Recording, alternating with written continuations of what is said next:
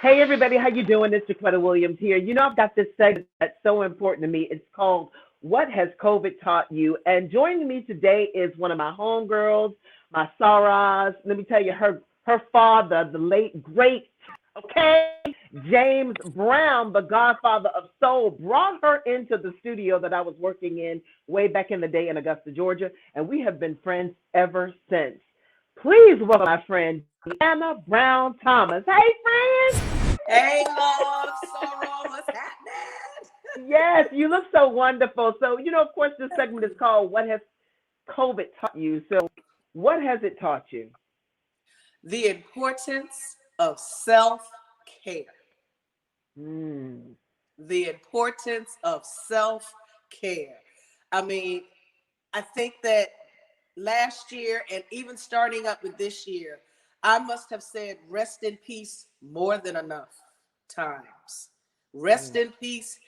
I mean, other than due to COVID, rest in peace is the three-letter words. It's the three words that has been used. And it's been rough on so many different people, on everybody. It's just been rough. Your age, your color, your race, your culture, your creed, doesn't matter. Doesn't matter. It's Mm-hmm. everybody under the sun who's been affected by this in so many different ways, because mental illness is real. My opinion, I think that as a world, as a human race, we got too far gone out there. We just let Oh things yeah. go. You know what Oh I yeah. mean? We just went along with the flow and the motion of things, and the motion of life. But at some point, you got to sit down, be still, be quiet, and listen. I read word more. I'm just more of wanting to be in God's will. Had some health issues I had to deal with, so that even made me go even deeper into making Mm-hmm. sure that Deanna was okay. With Deanna, okay. Mm-hmm. Sometimes you need to check yourself for yourself, Yes. and Yes. that's what I've been spending time doing. And in that, could share that with family and friends and hope that they can do the same thing for themselves. Because once we get ourselves together, we got to be able to share with other people. We are here for service to what? All mankind. Yes. So I've been like sharing that with, my family and friends that first of all will accept it and receive it and try to Mm-hmm. adopt it for their own selves. So, what would the world be without the likes of James Brown? And having Chadwick Boseman play your father and then losing him like we did. Well, to be honest with you, Jaquetta, it was like dad died all over again. It was Mm-hmm. like, you know, dealing with that all over again. And Chadwick, first of all, Chad was a wonderful young man. It's so funny because my son Jason worked on the set with him every day in Mississippi, and when I see Chad, it's like even though he played my father, he reminded me so much of my son. Mm-hmm. And I have his picture up on my mantle in my bedroom, so I see it every day. And he was truly family, because he was a humble young man. You could tell he was raised the right way. He knew who he was. It wasn't no question. And he knew whose he was. Mm-hmm. And it reflected in his work. It reflected in his attitude, in his demeanor. You heard it when he spoke, because he always spoke with profoundness. But like I said, it was it was a time that it was like, wow, first of all, you're too young to be leaving this earth. But a lot of times death can be your friend, especially if he was in some kind of pain. Mm-hmm. But I know that the time that he was on this earth, he used his abilities and his talents that God gave him to the fullest.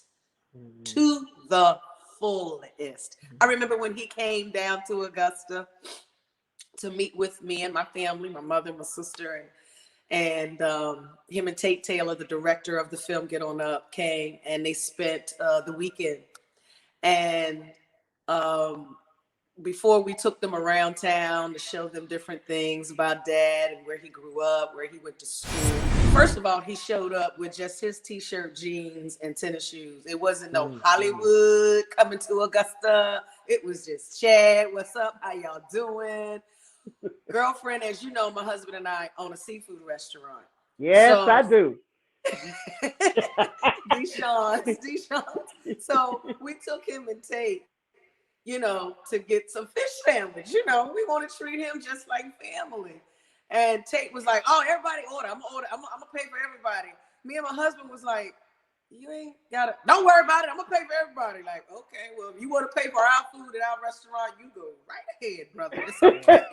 Come on with this blessing. Okay.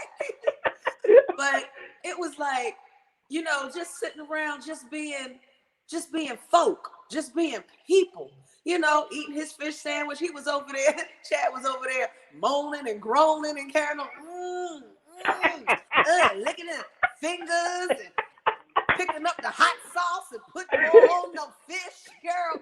So we had that fun time, that family time, that real time with him. Mm-hmm. And then we were able to show him things, and my mother talked with him, and my mother just fell in love with him. She thought he was just the sweetest young man. And so when we heard of his passing, it did hurt very much. But I can tell you, you know, it all behooves us all to take a page out of Chad's chapter, out of his book. When he got sick, very, very, very few people knew that. Mm-hmm. That wasn't something that he let the world know. Now, if you looked at him in his last few months, you could tell that there was something going on. Wrong. Mm-hmm. Something there, because he had lost too much weight and he was looking too frail. But I am just amazed at just think of the people that he portrayed. Not just James Brown, not just my dad, Thurgood Marshall, Jackie Robinson. All of these names gonna go down in history. And his last performance in Ma Rainey, woo, baby. Yes. He was amazing. Just full circle. So the time that God gave him, you know, he used it wisely. And my heart continues to go out to his family, who are beautiful people. They're only 2 hours up the road from us in Anderson, South Carolina. Mm-hmm. And it was my honor to be there to speak about him. It was a privilege for me to be able to do that. And his wife, she's such a beautiful soul, just not outside, but inside. I mean, you could tell the two were meant for one another. And my heart continues to go out to her. I can't imagine how it is when you lose someone you love and they're as popular as they are.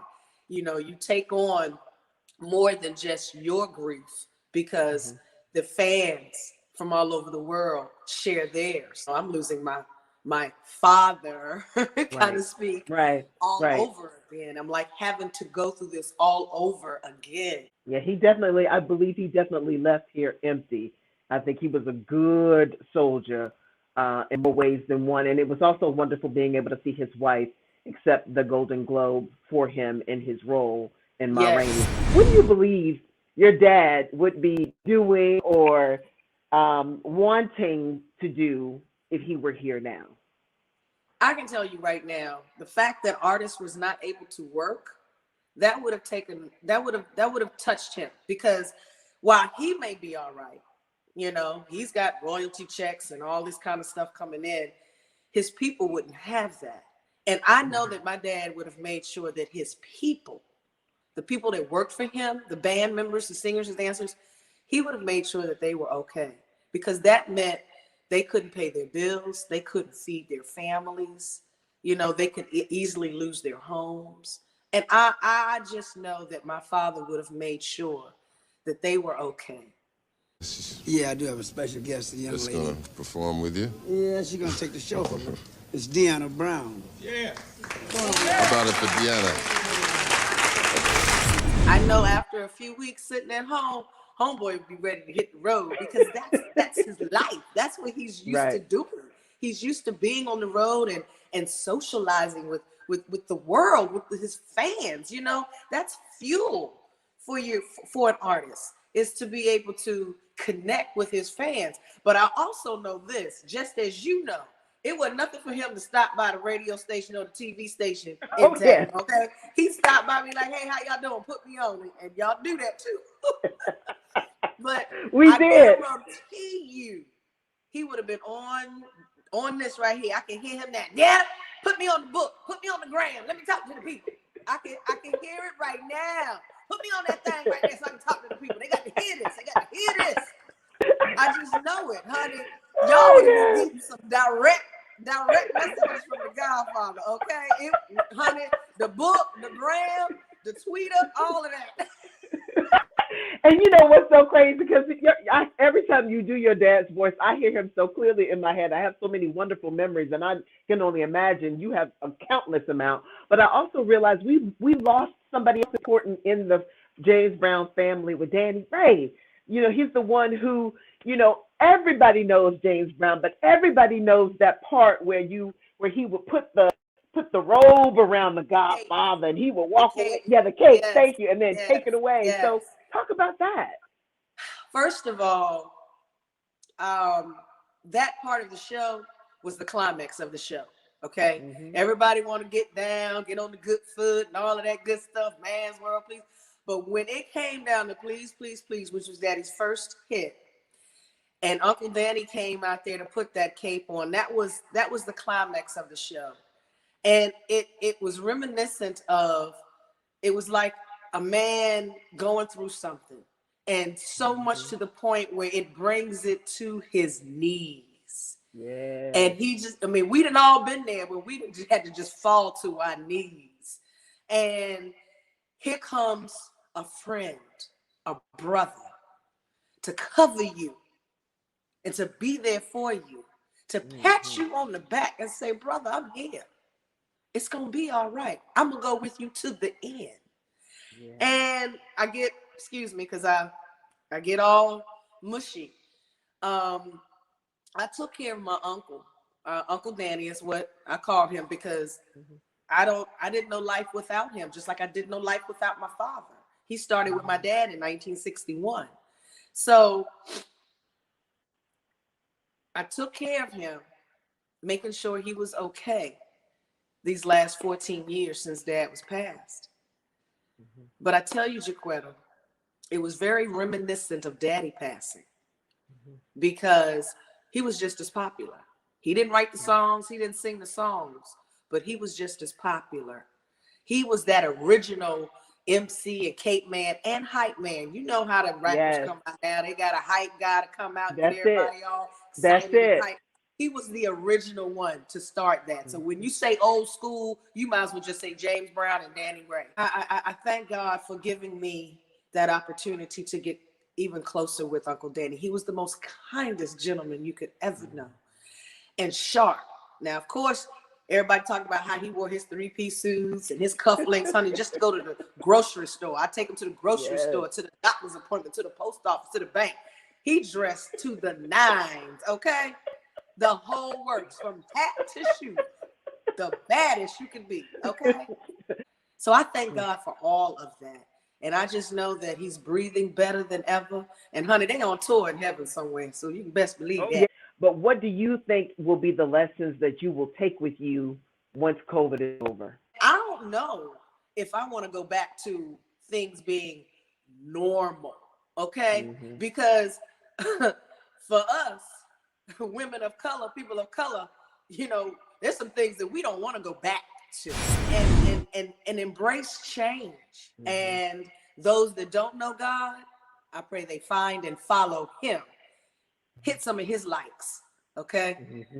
Mm-hmm. Reshare some of his word, okay? That's what I hope and pray for, that as a human race, we truly begin to look out for one another in a real way. Not just lip service, but in action.